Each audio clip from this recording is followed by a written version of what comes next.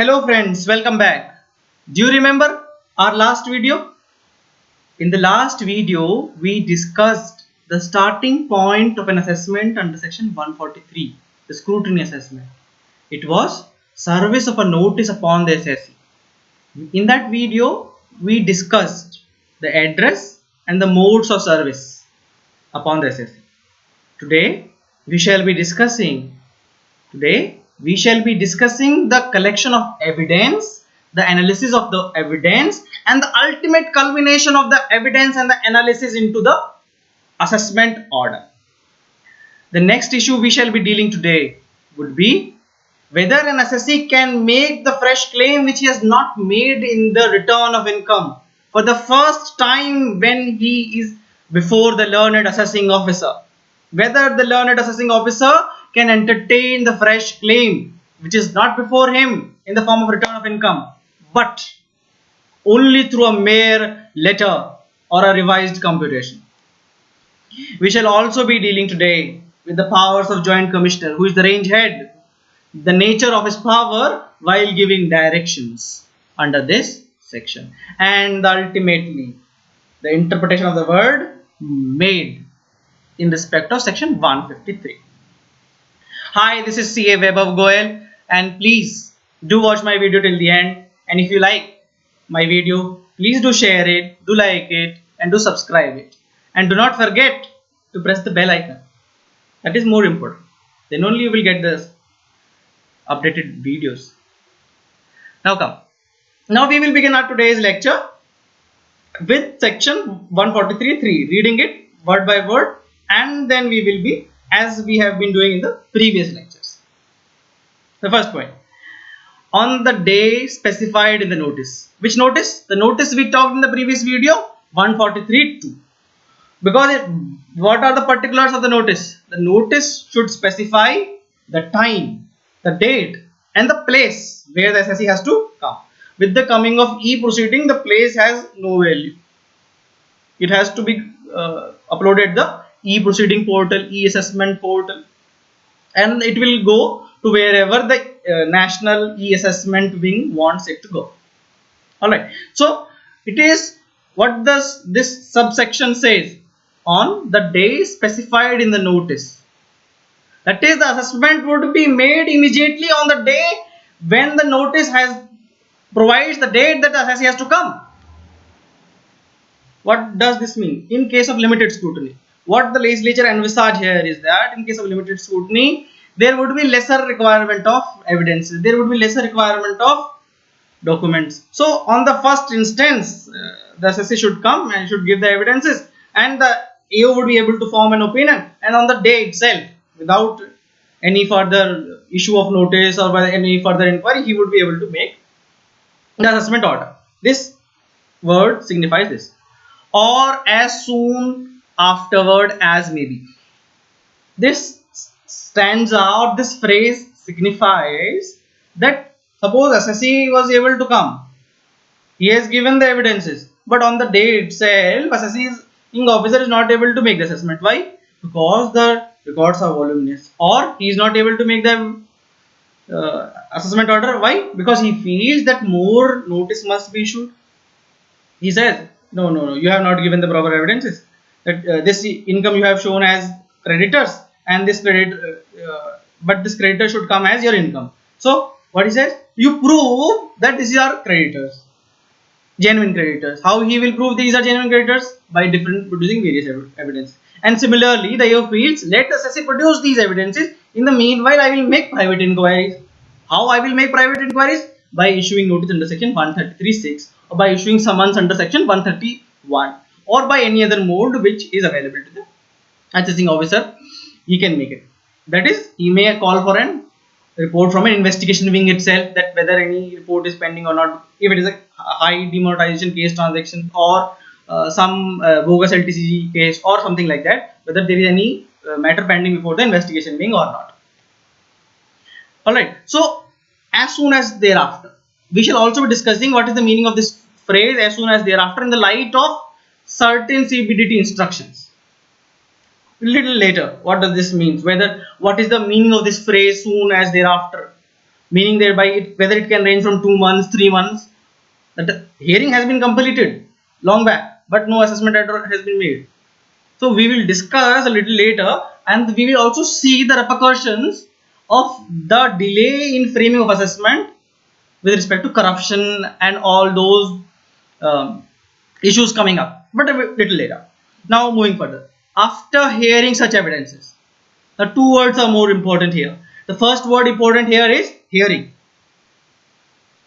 We generally think that hearing is of some what I am talking about or some which you are listening about. But here, hearing is not of that sort. Hearing includes when their documents are being given in the documentary form. Even that analysis is covered under the meaning of the term hearing. And we will be discussing the principles of natural justice a little later. So, what thing we have to remember here? That hearing here connotes principle of natural justice. Hearing such evidences. The on reading this word evidence, something pops into the mind whether Evidence Act is applicable or not. Yes or no? Because evidence is similar to the word which is coming in the Indian Evidence Act 1872. So whether the evidence or the proceedings under this subsection would be governed by Indian Evidence Act, the answer is no.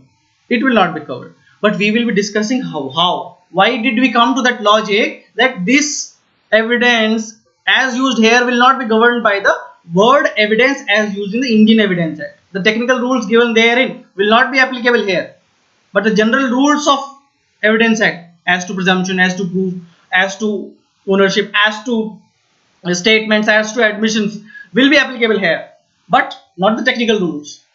And how did we come to that logic? We will be reading it a little later. So, we have come to know till now that everything we will read a little later. Alright. So, as the SSC may produce, as we have noticed 143.2 that even in case of complete scrutiny or limited scrutiny, the assessing officer is bound to give reasons. Assessing officer is bound to give reasons for his selection, and on those bases, assessee is expected to produce evidence. Suppose it says you have shown a gross receipt of so and so, we have doubt that this gross receipt is understated. So what is the responsibility of the assessee? That he has to say, no, your honor, I have shown complete gross receipt in my income. I have offered complete gross receipt to tax. How? So see, this is my bank account. See, this is my form 26 here. See, this is my other certificates which certify that all income has been reported as gross receipt and all amount has been shown as offered to tax. Nothing has been taxed. So what is the issue? If it is only on the reasons, assessee produces those evidence. And it says such other evidences as the assessing officer may require on specified points. What may happen on those evidence which I have produced in support of my return or in support of the reasons specified in the notice under section 143.2? What the assessing officer feels? No. We have shown this capital gain, but you have not shown that the cost of acquisition properly. It was dating back to 2001. You have taken this market value. Just give me the proof. What is the proof? The valuation report, or I should refer to the valuation officer. So he will be in these minds. So to come to the conclusion, oh, these accounts are voluminous. Whether I should refer to the when accounts are voluminous, he feels it is very voluminous. Transactions are huge. It is very difficult to judge the correctness of the So what is the issue? So he will have to refer the matter to an independent chartered accountant under section 142(2)(a) for an independent audit, who will submit its reports in form 6D for that matter. So it says, so he may issue notice, you give reply on these matters.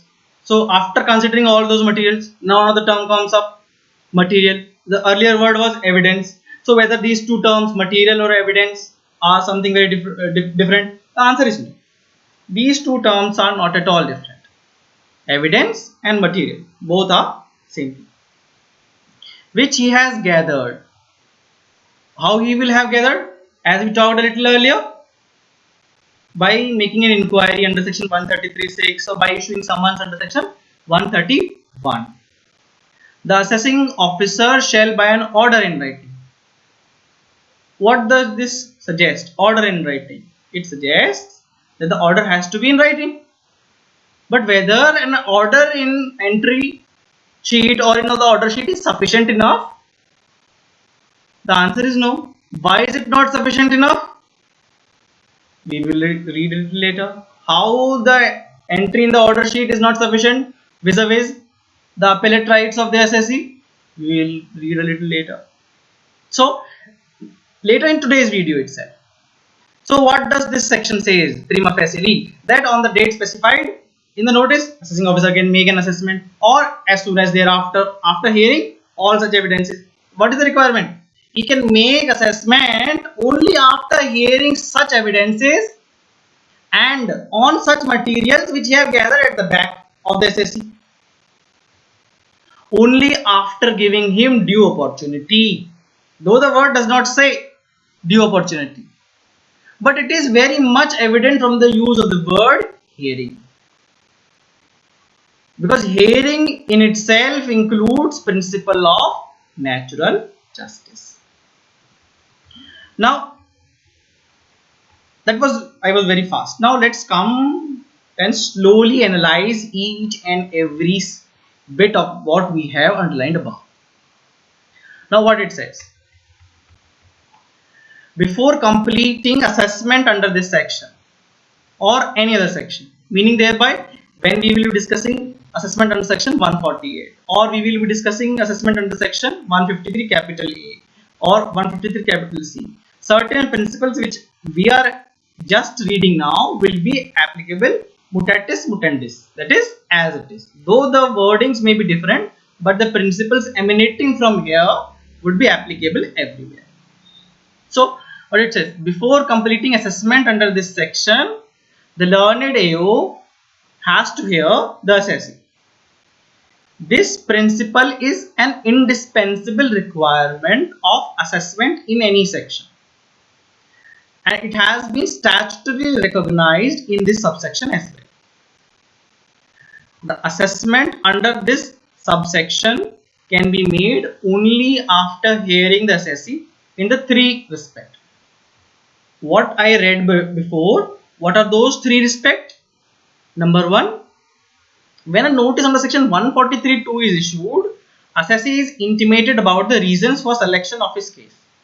143(2) we learned before that reasons will be intimated and he will be asked upon to provide evidences, to provide material in support of the claim made in the return vis-a-vis the reasons notified to him in the notice under section 143(2). So the first thing, assessing officer will hear him on those evidence which he produces in this respect. Now what happens? The 143(2) generally makes a bare reasoning. It does not list out the list of documents, list of evidences which the assessee is required to produce before the assessing officer. So what is practically happening? The assessing officer issues simultaneously a notice under section 142(1).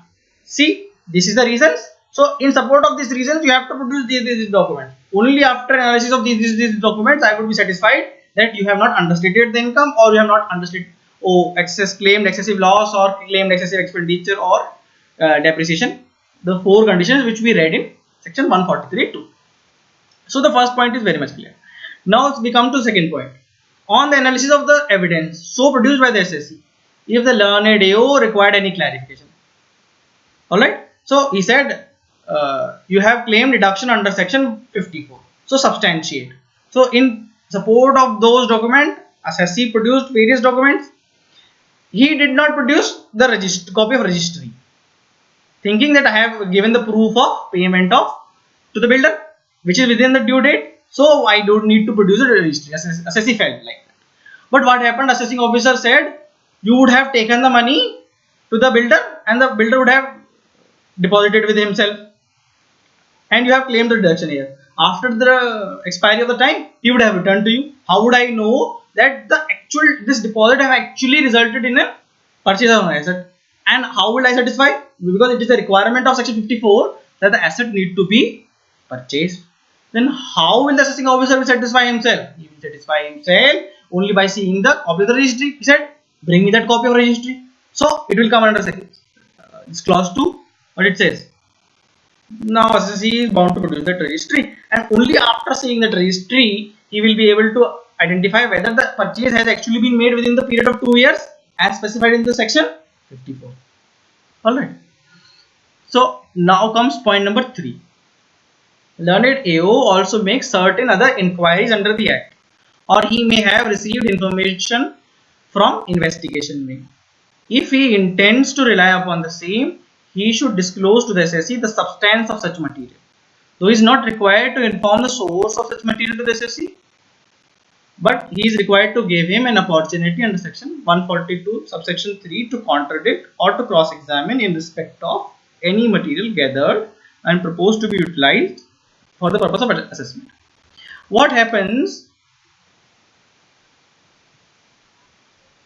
Search happened on some person. Certain incriminating material was seized. After the incriminating material, some statements are also recorded when search is there.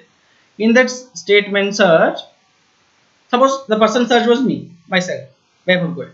So I said that I have given certain entries of loan. I have not given actual loan, but I have given entries of loan. You understand the meaning? That is, I passed on the value through banking channel, but in return I got cashback. So these were mere entries to the loan. So I have given those entries. So these entries I have given to Mr. X.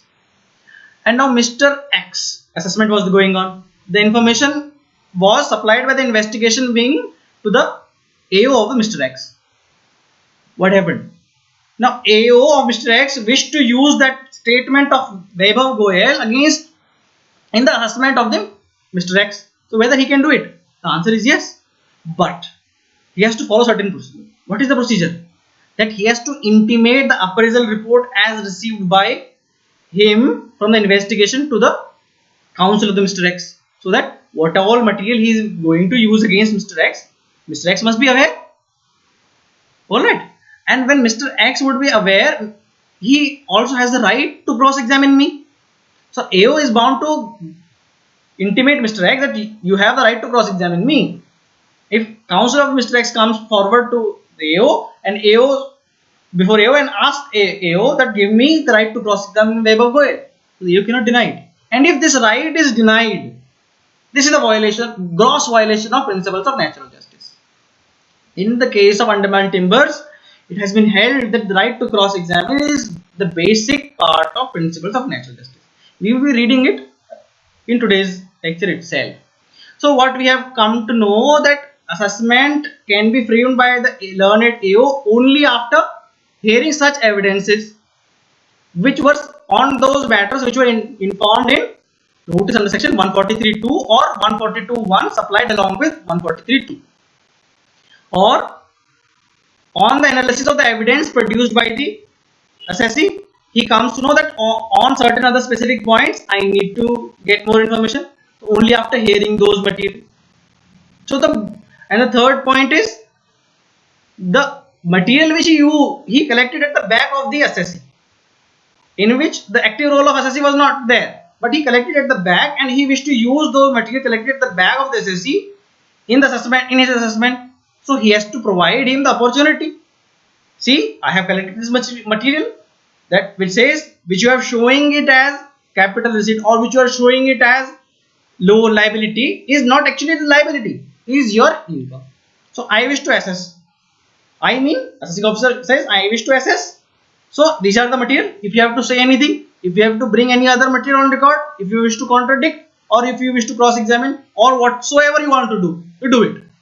If the assessing officer does not allow this process of contradiction, he simply says, oh, you have given this, I have this material, and he makes an assessment. What happens? Assessing officer asks assessee, see, your purchases are so much, okay, give me the list of creditors. Assessee gives the list of creditors, their address, their amount. What assessing officer does? Sends notice under section 133.6. All notices return unserved as address not existent, party non-existent. So what is the inference assessing officer is making? That the purchases shown by the assessee is bogus. So what he do? He makes an assessment, complete assessment, without informing the assessee that see these notices have come unserved. So what is your take? How do you? What are the other evidences through which you are going to substantiate your purchases? So until and unless this opportunity is given, the assessment is violative of the principles of natural justice, which is very much enshrined in our constitution, article 40. And there is a very famous case of Menka Gandhi, which everybody must remember when there is a violation of principle of natural justice. The decision of Menka Gandhi comes to the rescue, which says even if the remedy or even if the principle is not covered by the statutory provision, or the statutory provision does not give way for principles of natural justice, it is very much available to the assessor. It is very much available to the person aggrieved, because it is a matter of life and liberty. Tax is a matter of life and liberty. Various case laws are there which says if you penalize somebody, if you tax somebody, it is a matter of life and liberty, and you cannot take the life and liberty of anybody without giving him due opportunity. So now let's move forward. You remember in our last video we discussed something about limited scrutiny and complete scrutiny. So what happened when it comes in the last video? It was a case of a limited scrutiny. So you remember what we said in the assessing officer is bound to ask only limited questions. He cannot ask extra questions. If he wish to ask extra question, he must frame up reasons and ask the prior approval of the jurisdictional CIT. So what happened? In this case, Jugilal Kamlapat Cotton Spinning and Weaving Mills Company Limited, it says Honorable Allahabad High Court ruled that whenever an assessing officer is giving a notice under section 142(1), so what it has to do? It has to come to a bona fide conclusion that I need these documents. And how do he come to know that I need these documents? Because these documents have a relevance to framing of my opinion. What opinion? That you have not understated the income, you have not claimed excessive loss or depreciation or anything else for what the notice has been issued. Alright. So it is very much clear. There must be bona fide satisfaction that I need these documents. How these bona fide satisfaction? It appears to be very much theoretical, no? That bona fide satisfaction. How do I come to know that when assessing officer was issuing me notice under section 142(1), he had applied his mind? How do I come to know? You can come to know by the nature of the questionnaire or by the entry sheet, if it is your second round of questioning. If it is your first round, if the assessing officer has sent a generalized notice, which there is a practice in a practical life, you will see it is generalized. It says it is very much clear, no application of mind. But when he gives a next notice, you will find that he is asking only on those matters which is relevant. Suppose you have understated capital gain, so he will restrict the question to capital gain. Understated other source, he will restrict the question to other source. If you have taken bogus LTCG, it will restrict the question to bogus LTCG. This application of mind would be evident from the entry sheet. There is no requirement in law that the assessing officer is bound to record the reasons or to show that he has applied his mind. But what the assessing officer is bound? To apply his mind. And the actions reflect the application of mind. It is very much clear. Intention or the knowledge is very much reflected in the actions. Because what is the intention is only in my mind, but what is in my mind is always reflected in my actions, and the actions would then in themselves be reflective of my intention, of my motive, of my knowledge. Alright, so whenever we come across some bona fide satisfaction and something else like that, and for which the legislature has not mandated that there should have been a formal recording of reasons, how do the assessing officers bona fide satisfaction would be tested by the honorable high courts and supreme courts or the appellate authorities? It is only by the actions, not by the entry sheets and other questionnaires would form a basis that there was no application of mine.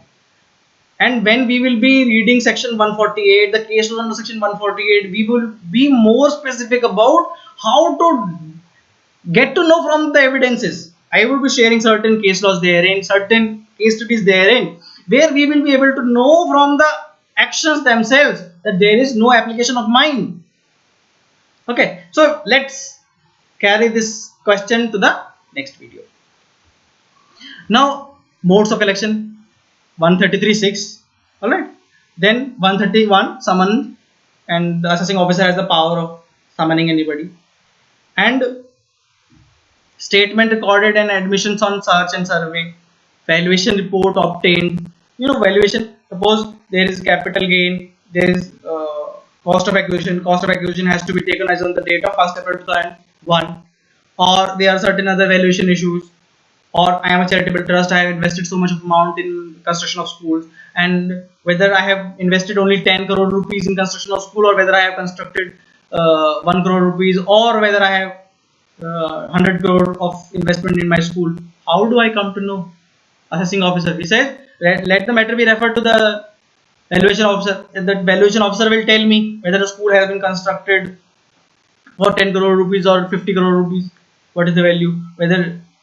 So why is it important? Because if assessing officer or the valuation officer comes to know, or comes to a belief, comes to an opinion that the school was constructed of 50 crores and the books of accounts are showing that it has been constructed for 10 crores, that means there is a difference of 40 crores. From where this assessee got this 40 crores, which is not shown in his books of accounts? What will happen? So this 40 crores means undisclosed income. So these all are very much essential for the assessing officer to come to a belief that the books of accounts are genuine. Now he may refer the matter for special audit. As you have listened me in the opening part where I was very fast. Then special audit, where he has to give, the auditor has to give his report in form 6B. So what are the conditions there? So certain insights I have here. That is, when can an assessing officer refer the matter to a special audit? Assessing officer can refer the matter to special audit under section 142(2)(a), having regard to the nature and complexity of accounts, having regard to the volume of accounts, and doubts and correctness of accounts, and multiplicity of transaction in accounts, and specialized nature of business activity, and interest of the revenue. I have highlighted the word "and." What it says: if the accounts are complex and the interest of the revenue is being in concern, then only you are going to refer the matter to the assessing that with the approval of the principal CIT, you are going to refer the matter for a special audit. Alright, under section 142(2). Alright, we shall be doing it when we will be doing 142 again. Alright.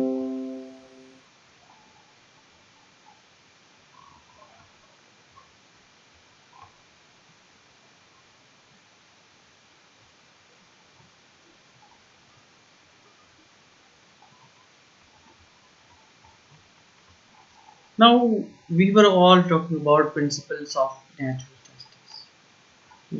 This is the golden part which our constitution has given us. Compliance with Audi Alteram Patram. What it says: no one should be condemned unheard. What does this mean? Assessing officer issued me a notice of 143(2) saying that you should come and depose before me with all the document tomorrow itself. What is the opportunity given to me? Is it a reasonable opportunity for me to collect the evidences and come before the assessing officer? The answer is no. In this meantime, I will not be able to hire a chartered accountant or an advocate who can advocate before him, canvass my case before him. Whether within a span of 24 hours is there a reasonable opportunity? The answer is no. So whether it is a compliance with Audi Alteram Patram? The answer is no. When the compliance has not been made with this coveted principle of natural justice, what is the appellate authority going to do? The appellate authorities will say Opportunity was not given. Now we are giving the opportunity. Rule 46A would come into picture and things will come up. And we will be discussing this principle of natural justice whenever we will be discussing every section of assessment. Whenever we will be discussing every section of appeal. Because this is the basic fundamental. Because if this bedrock is shaken, the assessment is invalid. Assessment is irregular. Depending upon times, we will be discussing various case laws where, not in 143, but when we will be discussing appeals, that when a violation of principle of natural justice would amount to irregularity, when it will amount to illegality. You remember irregularity and illegality? Our first video. In that our first video we said whenever there is an irregularity, remit the case back to the position where the irregularity has crept in, and illegality, it is null and void, no need to refer back. So what is the principle of promissory estoppel? You would be saying we have not heard what he is talking about. Principle of promissory estoppel. Estoppels, you need to refer my video number 1. I have very much discussed when we were discussing the case of Maruti Suzuki Limited case, India Limited case. Then I have discussed the principle of estoppel. So for that you can refer to my video number 1. Now what is this promissory estoppel? This promissory estoppel says, then I have come before the learned assessing officer. Learned assessing officer has given before me an adjournment. I have requested him an adjournment, and officer said, okay, I have given you an adjournment of 15 days. You come after 15 days with all these documents, I will then assess you. Alright. So it is the estoppel. That is, now assessing officer is stopped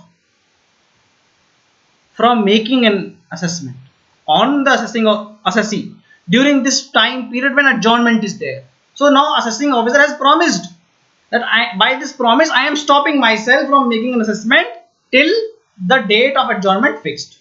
Beyond that, the situation will change, but till that time I will not make an assessment. This is the promissory estoppel.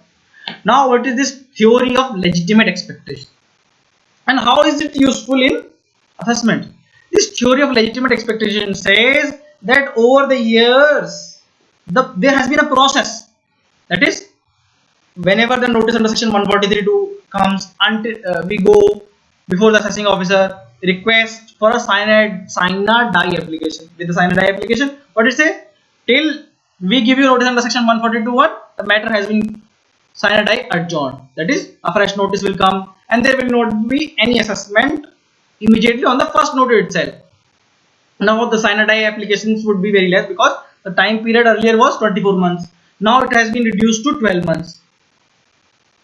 Alright. So the purpose of sine die adjournment would be very less, but though over the years there has been a process that on the first instance adjournment would be leniently given. Only on when it is becoming time barring, then there would be pressure, then there will be no adjournment, there will be a pressure of completion of assessment.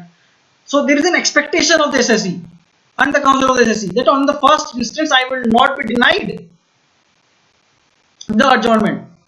What is the process? Whenever any material would be collected at my back, it would be presented before me for verification, or it would be presented before me to contradict.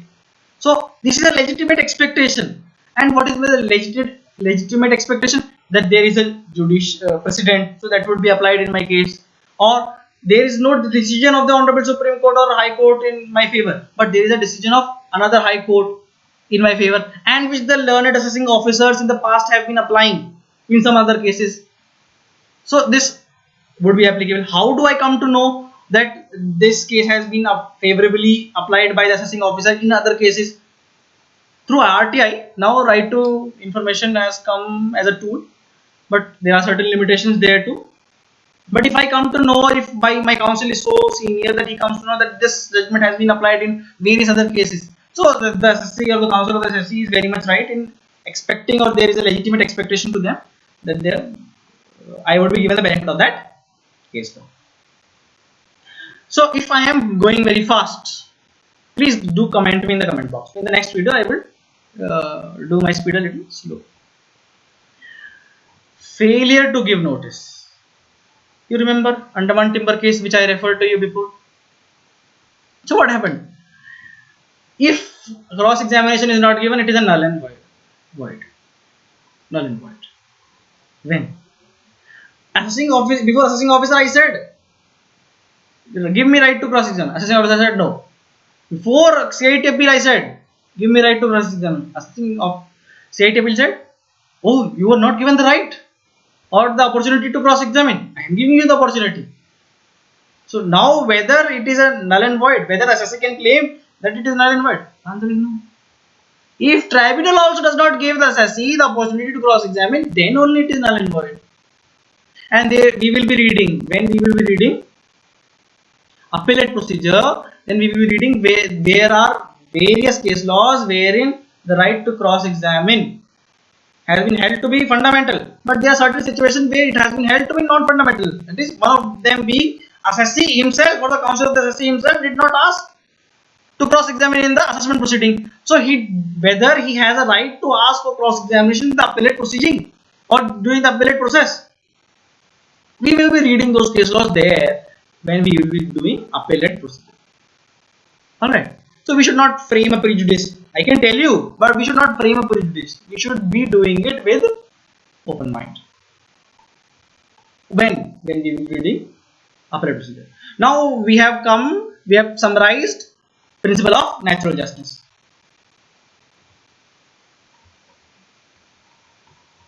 Now, what we heard of the term material, we heard of the term evidence. So what to do? Whether the technical rules of Indian Evidence Act 1872 is applicable to the income tax proceedings or not? The answer is big no. Why? Because we have to make a distinction between adversarial system and the inquisitorial system. Alright, India follow adversarial system. That is, judges will sit down and hear only what the advocate says. So what is this? Judicial proceedings. So evidence would be applicable in where there is an judicial proceeding. So, and section 1 of the Indian Evidence Act also says that I am applicable. You have to apply me only where there is judicial proceedings. And the bigger question is whether the proceedings under Income Tax Act is judicial proceeding for the purpose of either Civil Procedure Code or Criminal Procedure Code. Whether they are civil, that these proceedings are judicial proceedings. The answer is big no. Income tax proceedings are administrative in nature or at the most quasi-judicial in nature. Why they are quasi-judicial?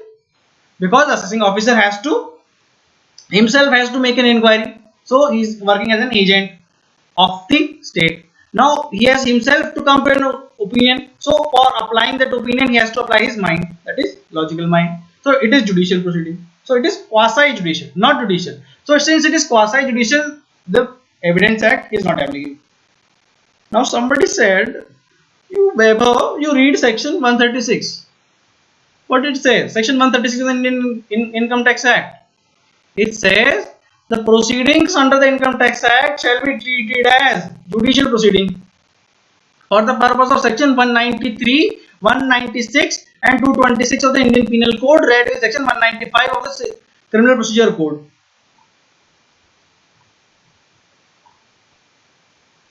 Oh, what happened now? Till now we were thinking that it is administrative in nature. Now section 136 saying it is judicial in nature. So I asked that boy, dear, now read this section 136 very carefully. What it says? It is only making income tax proceeding judicial in nature only for the purpose of Criminal Procedure Code or the Indian Penal Code. Suppose what happens? I have received 10 lakh rupees in advance for sale of property. I have not shown it as an income advance. Under section 51, I have to show it in income. But the case was related to prior to, suppose, assessment year 14-15. So the advance was not my income. So when advance was not my income, I brought before an agreement before an assessing officer. See, I have taken advance and now this agreement has been cancelled. This is not my income.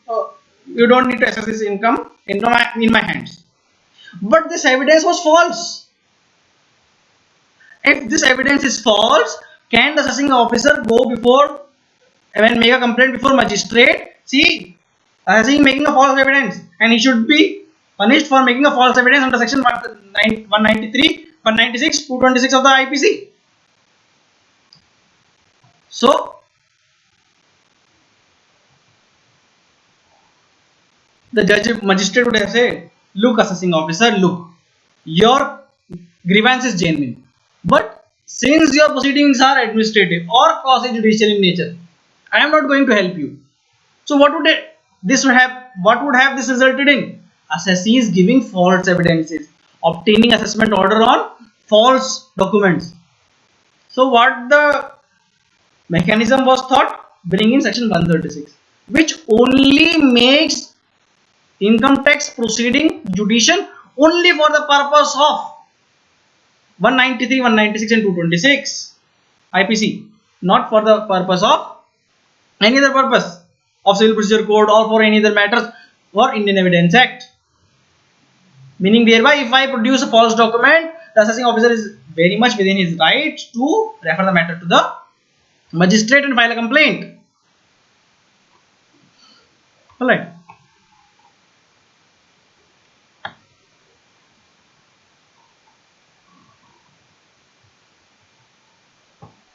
Now we read the word evidence. Now whether this evidence is only limited to direct evidence or to circumstantial evidence, the answer is it is very much applicable to direct as well as circumstantial evidence. What is circumstantial evidence? Circumstantial evidence says when the direct possibility of a direct evidence is not possible, the recourse to circumstances, recourse to other facts must be made. Suppose now let's take an example of a bogus LTCG. Everybody knows what is a bogus LTCG under section 1038. What happens?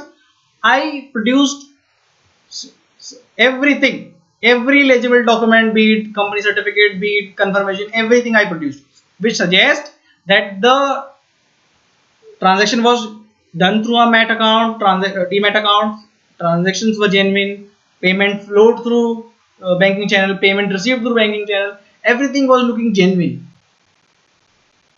But assessing officer says, look, the company in which you traded for 1000 rupees a share did not have assets rupees worth 10. How could somebody pay 1000 rupees for an asset of rupee 10? For 10 you can pay 12, 13, 14, but for asset of rupee 10, can you pay rupee 1000? The answer is no.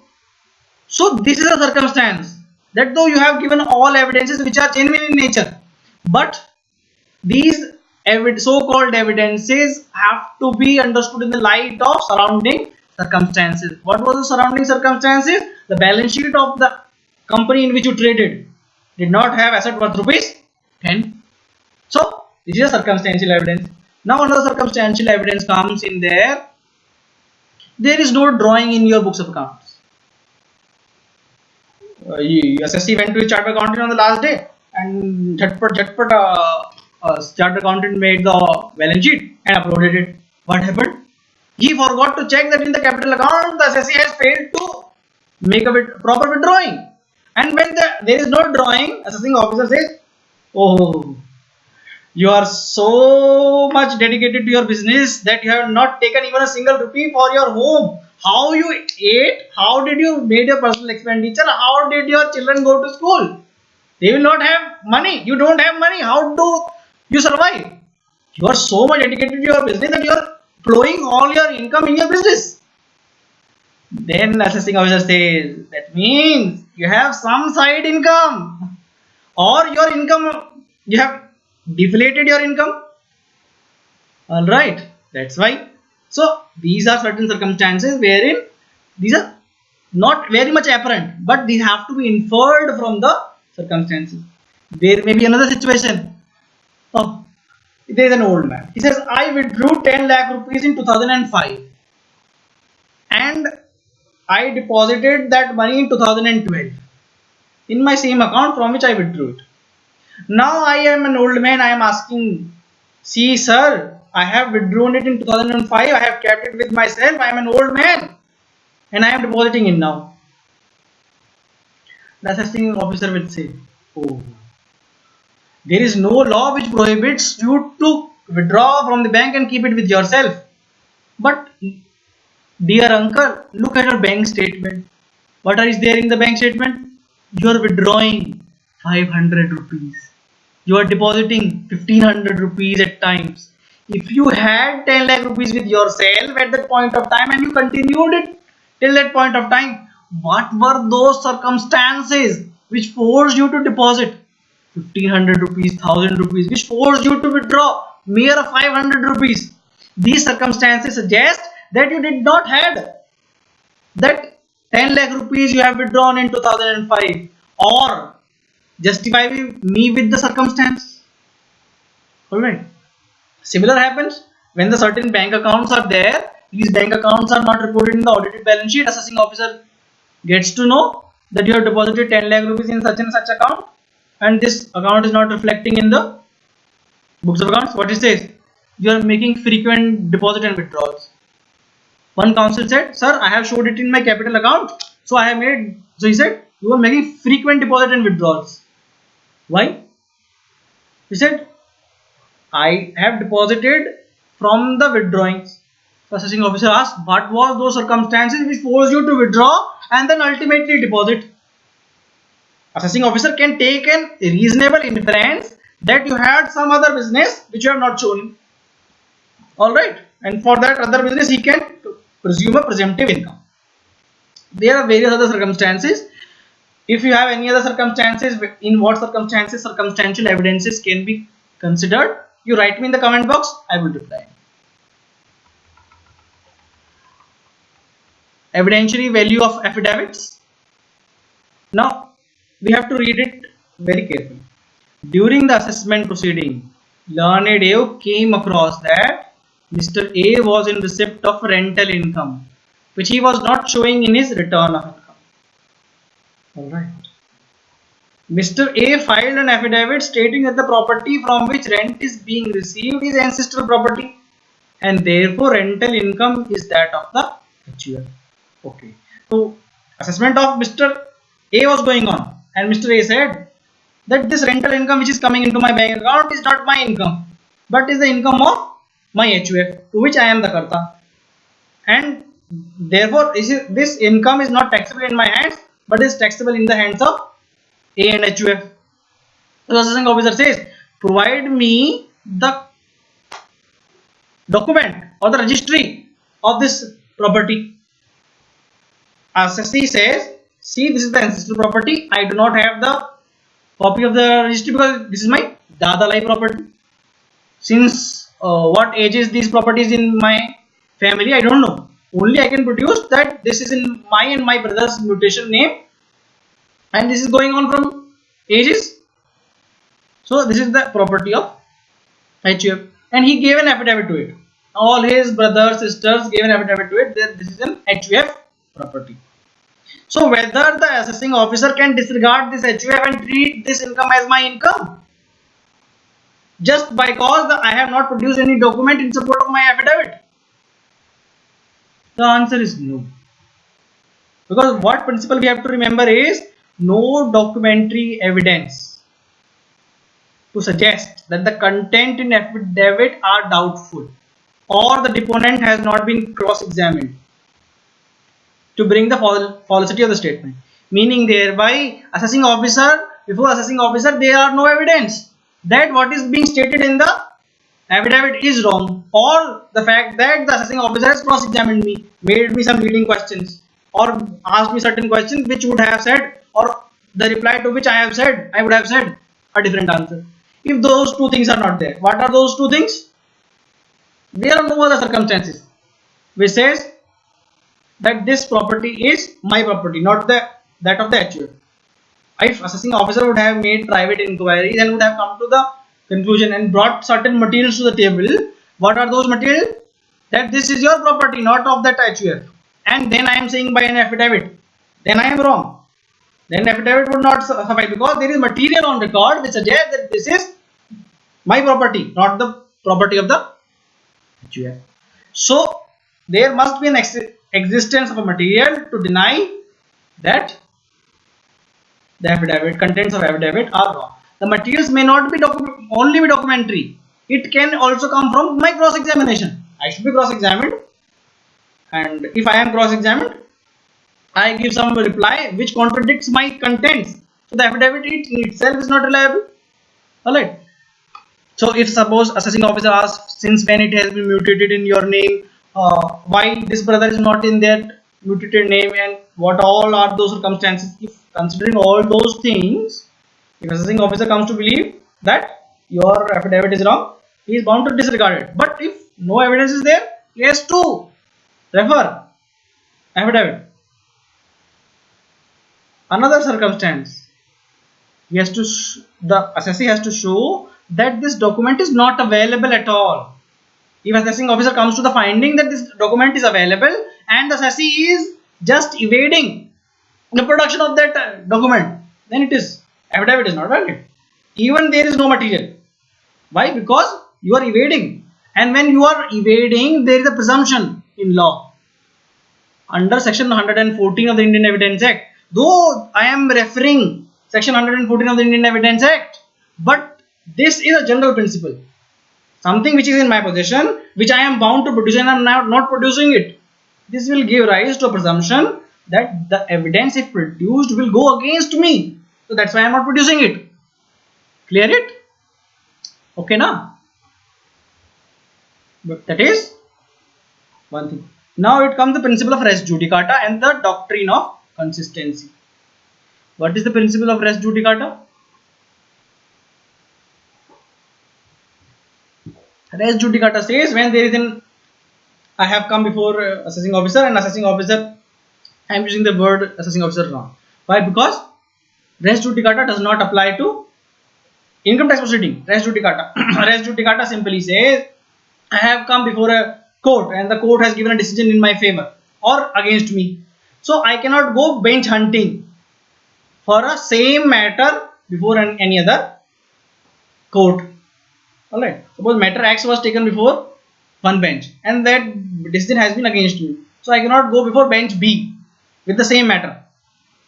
So what is being said, what is being inferred is there has been a settlement.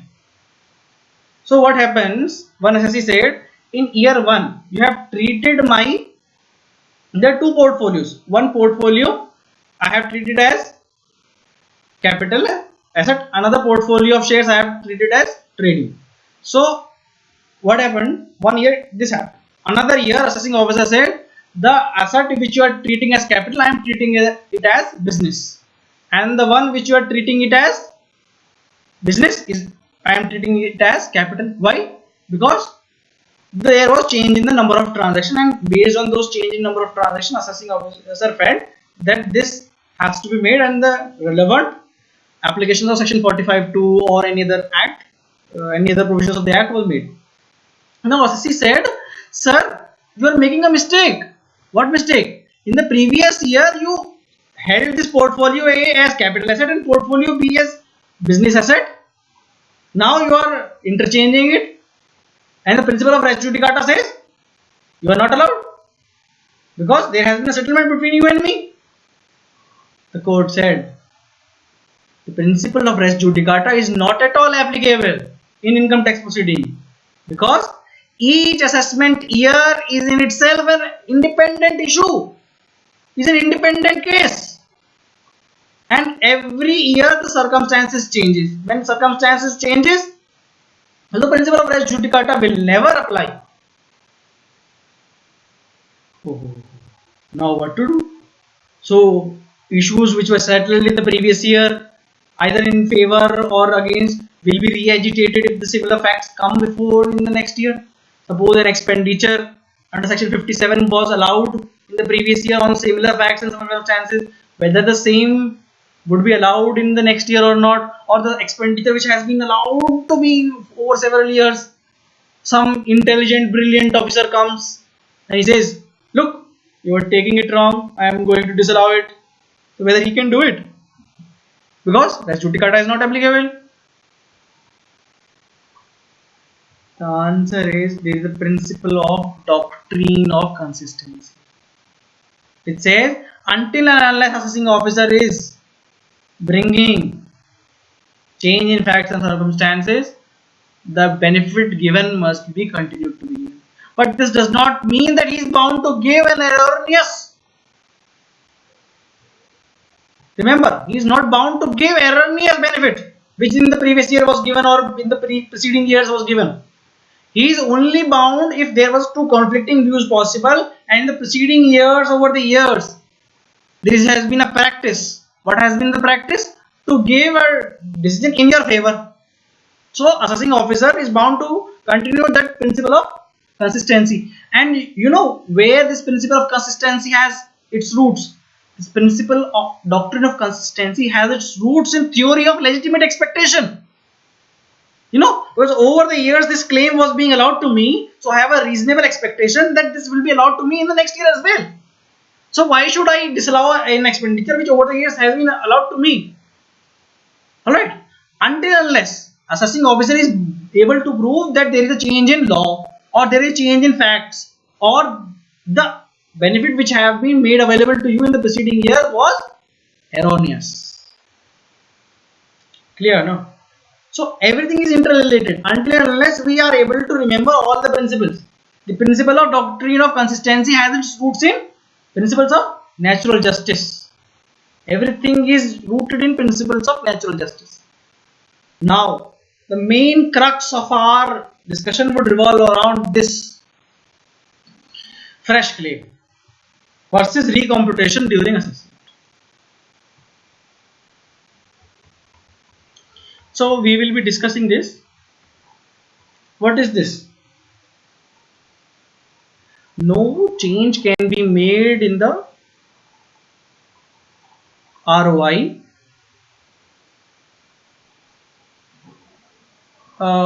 dear friends, we will take this video, complete this video in the next video. I hope you liked it. Please do like it, share it, subscribe, and do not forget to press the bell icon. Thank you.